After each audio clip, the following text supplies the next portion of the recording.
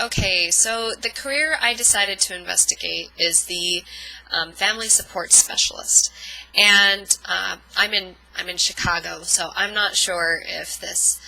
Well, I believe that it will probably apply to all jobs that are similar across the country, but this particular opening was with a company that was fairly large, and the work hours were pretty flexible, which I thought was nice.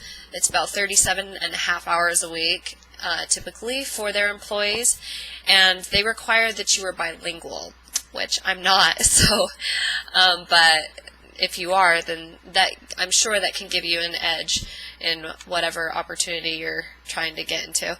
So they're pretty flexible, which I thought was nice, and that flexibility means that not only will you have opportunities to work with the team, but you also have opportunities to work on your own, and they're a really family-friendly organization, which, I mean, that's what they do, so of course they're going to support you in that. Typical stressors from this job that I could find is that the workload is often really demanding. They'll require you to work above the normal, even though they said 37 and a half hours a week, you are on call 24 hours a day. So, I mean, that can really fluctuate, and so you got to keep that in mind. It really just depends on the position that you have or the company that you're working for. Also, the people that you work with, in like the families that you're working with, can, I mean, they're often subjected to really unpleasant situations that result in like psychological stress, and from that stress that offers potential risks to you as the person who's doing the investigative work, and I mean, there's potential that you could enter into violent situations. So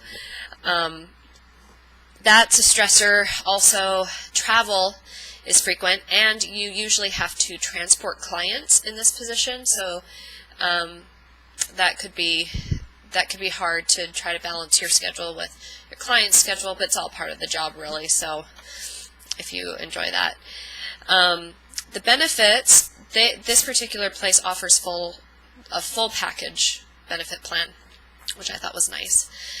The position itself, I thought was really interesting. I'm really interested in working directly with families. I'm not necessarily interested in like working with like abused individuals. I mean, it really just depends, but anyway, this particular position sounded really interesting because you're going to work with in 3 different types of areas. You're going to work with families, you're going to work you're going to do some administrative work, and you're also going to do some community work and be involved in outreach, which I thought was really cool.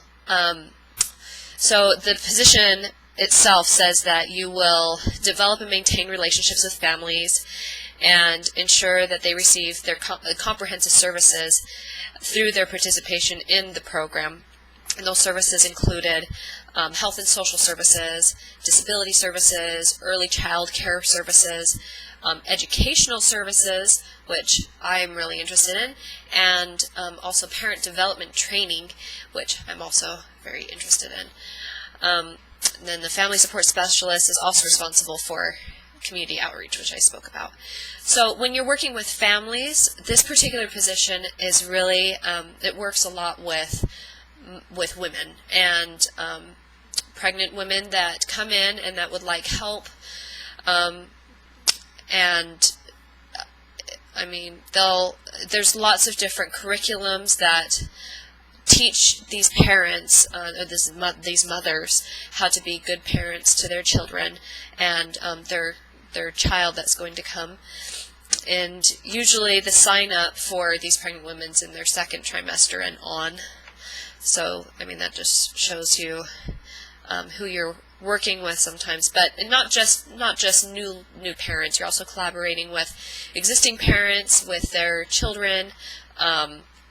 Like I said, transporting, making sure that they are learning how to take care of their children, and you collaborate sometimes with the staff, in order to track and coordinate these services that you're giving to the parents, but most of the time, like I said, you're on your own.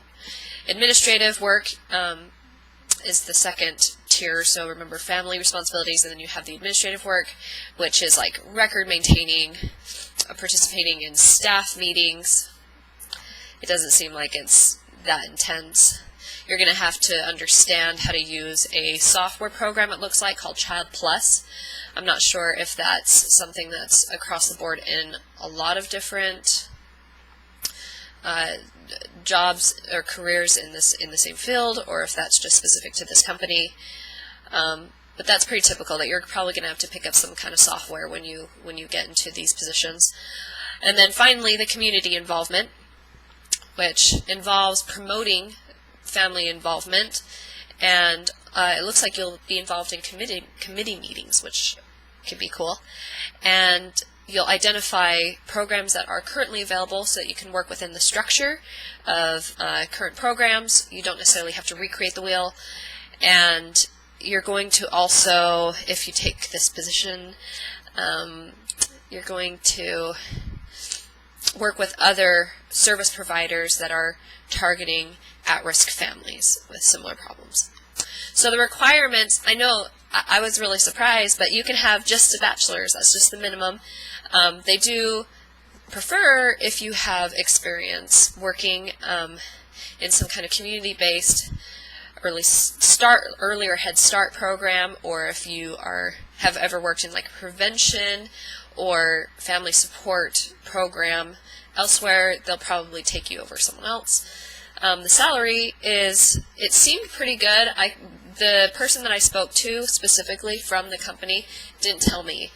They were like, oh, we're not allowed to give you that information. So I had to look it up. But it seems like the range, the starting is about 50. It could be anywhere from probably 40 to 50. And then if you're experienced, it can go about 60 and up. The highest range I found was 78, but that was in a specific state. So I really believe that it fluctuates depending on where you are, what the company is, your title, your experience, all those things. And that's about it. Thanks for watching.